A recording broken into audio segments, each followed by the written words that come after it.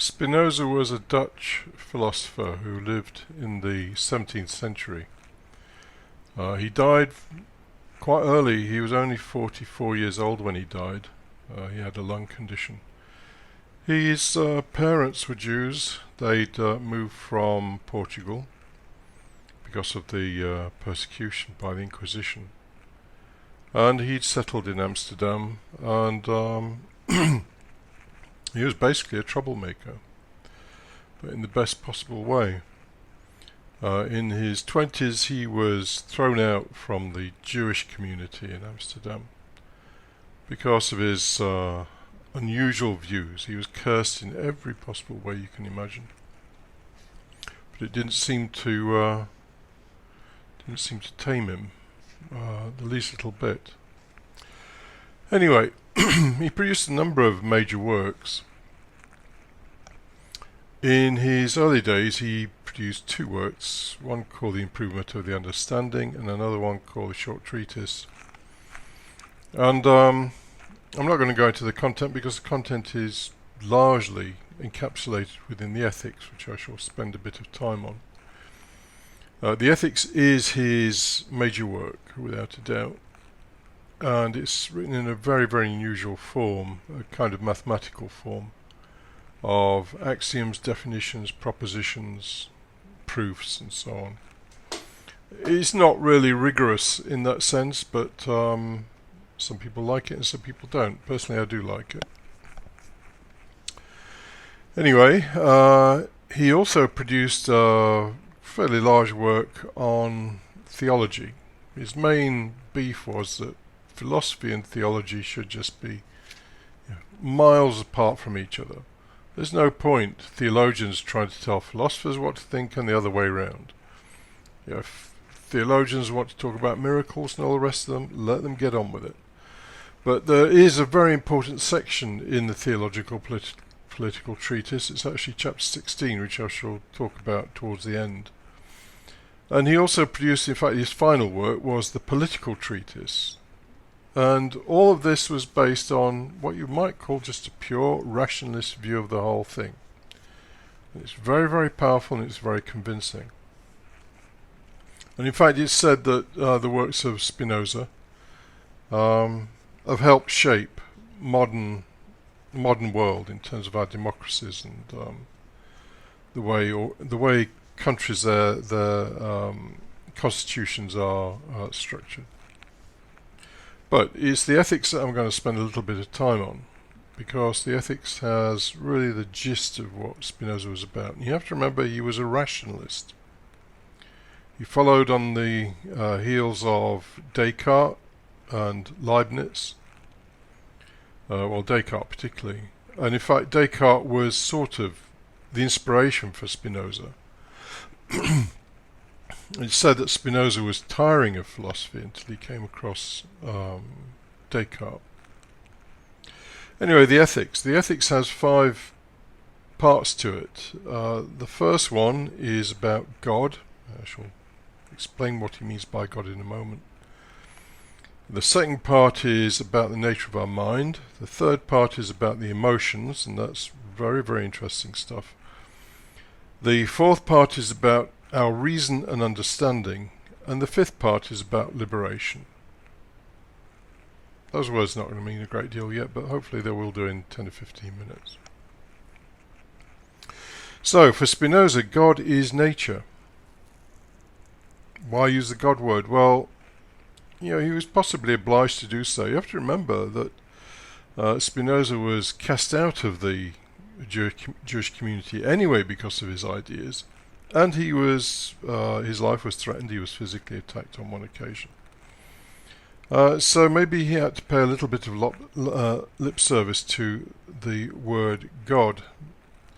He actually says, there's no ambiguity, he says God and nature are the same thing as far as he's concerned. There are nuances in all of this. For Spinoza, there are 2 kinds of nature. There's the nature that is, if you like, a force. It's a potential for existence. And this is really what he calls God. And then there's nature with a small n. The other one, the first one, is a nature with a capital N. Nature with a small n, a lowercase n, is what in his early writings he might have called accidents. In the ethics he calls them modes. So me, you, everything you see are modes. We're like waves on the surface of the ocean. The ocean can be considered to be God with a capital N. All the features on the surface which come and go can be considered to be nature with a small n. And Spinoza says that we as human beings know two kinds of reality: thought and physical extension, physical stuff. That is all we know. But he claims that in nature there are an infinite number of those what he calls attributes. So thought and physical extension are just two different attributes, two different worlds that we live in. But there are infinite of them, and we just don't have to know what they are. He postulates that nature is infinite, both in terms of its expression and in terms of its magnitude. This is part one of the ethics, where he's laying out the nature of God, or the nature of nature.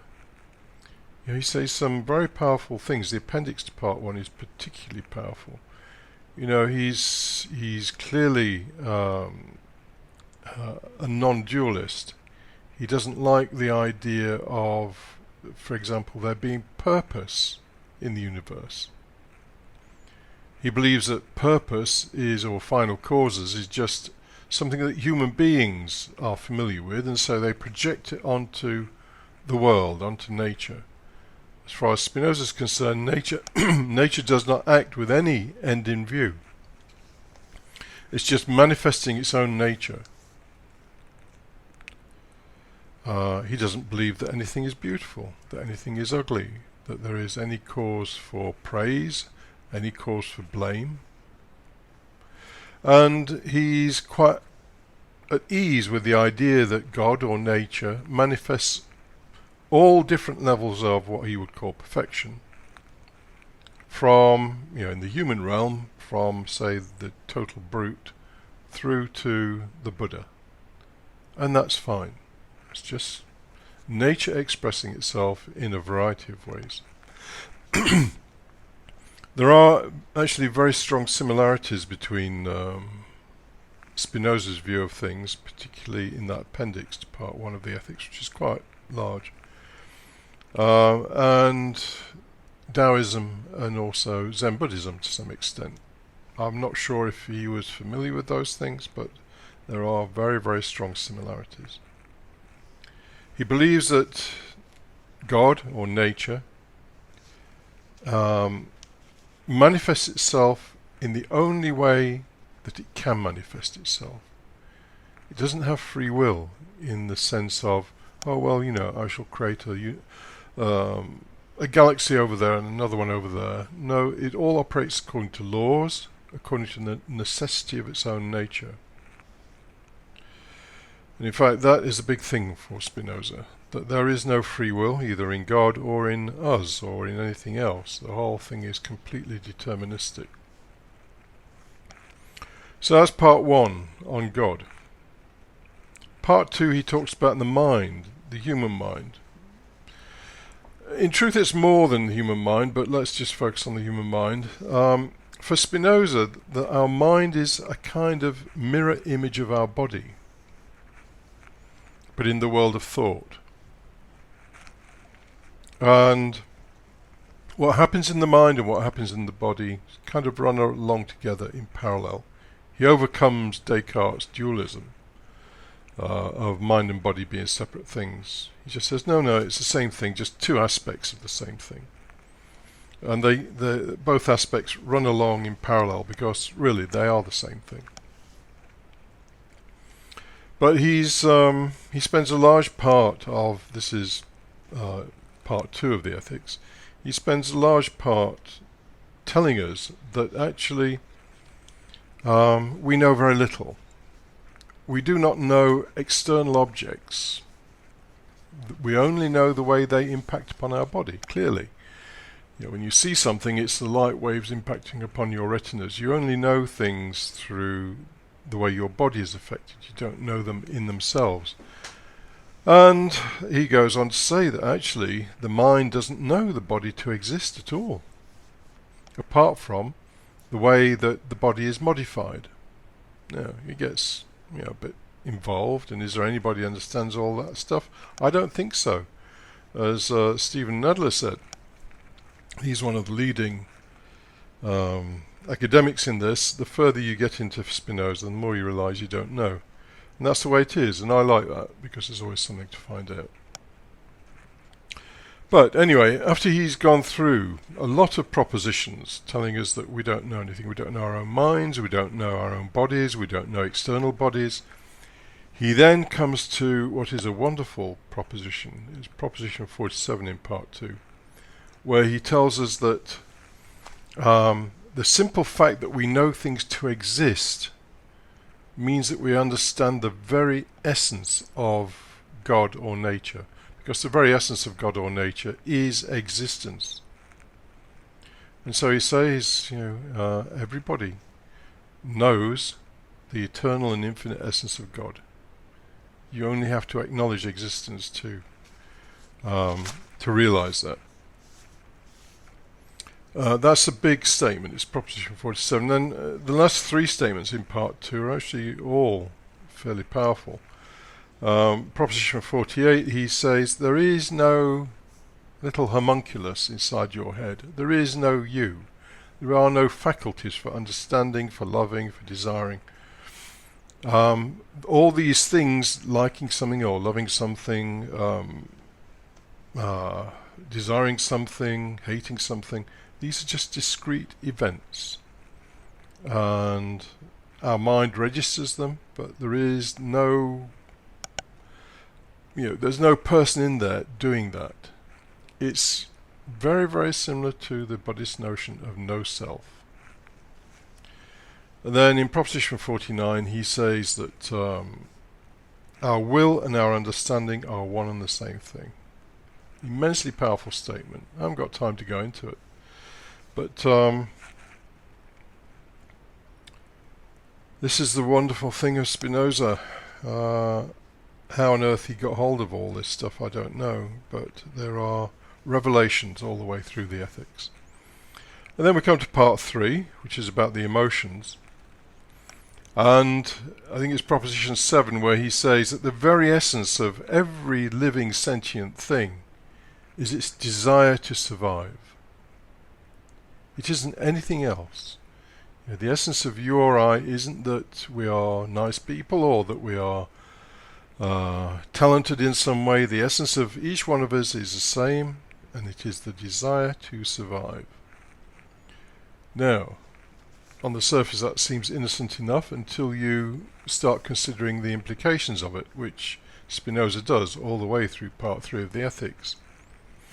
And the implications are that because resources are limited and we all want to survive, we're going to start competing, which we surely do. And we're going to start behaving in ways that are phony.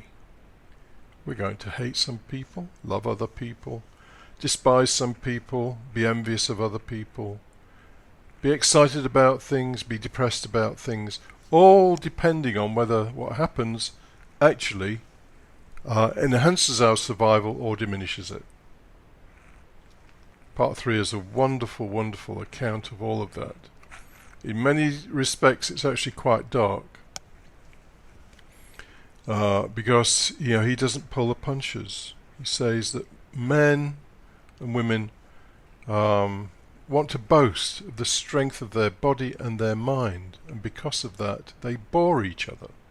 Well, you will know about that. When people get together, they want to do their own boasting. They don't want to listen to other people's boasting. So anyway, that's part 3, and there's a lot in there. I've really cut the whole thing down.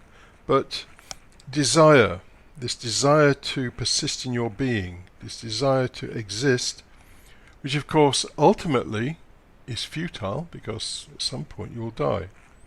But this desire is the thing that shapes your life and everything you do. It's the very essence of you. And you will have a whole array of emotions based on whether you're doing well in life or whether you're not doing well in life. And so we then come to part 4, which is about reason and understanding, and about how we might extract ourselves from this slavery to circumstances. Because you do not always determine whether things are going well for you or whether they're not going well for you. So we are slave to fortune. Well, in part 4, Spinoza says, okay, well, we're always going to be subject to influences that we have no control over. But maybe through understanding we can lessen the impact. And so he goes through the whole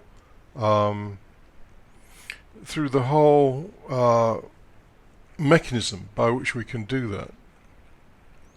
And he says that reason of itself has no power against the emotions. If you are,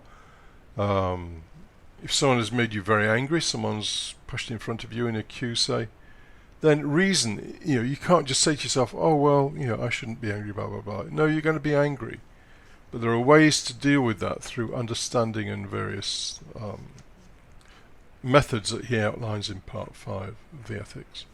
So in part 4 he's talking about reason and understanding and how they can be used to help us diminish the emotions, not to be slaves of the emotions or to be in bondage, as he calls it. And then we get to part 5, which is really about liberation. And so at the beginning of part 5 there are a number of exercises that people can do. So for example, if you remember that everyone is an automaton, you'll be less likely to get angry with them. You don't get angry with what? With your dishwasher if it turns off early, or you don't get angry with your TV if it's not showing the program you want. Well, same with people. People are machines like those things are machines. So why get angry with a machine? So he goes through a number of these things that we can do to maybe help us lessen our bondage to the emotions. And that's important for 2 reasons. One reason is we want to be free. We want to be able to go and act in a rational manner in our lives, not always be pushed around by whatever emotion happens to be dominating us at any particular moment in time. We want to do that, and we also want to be happy.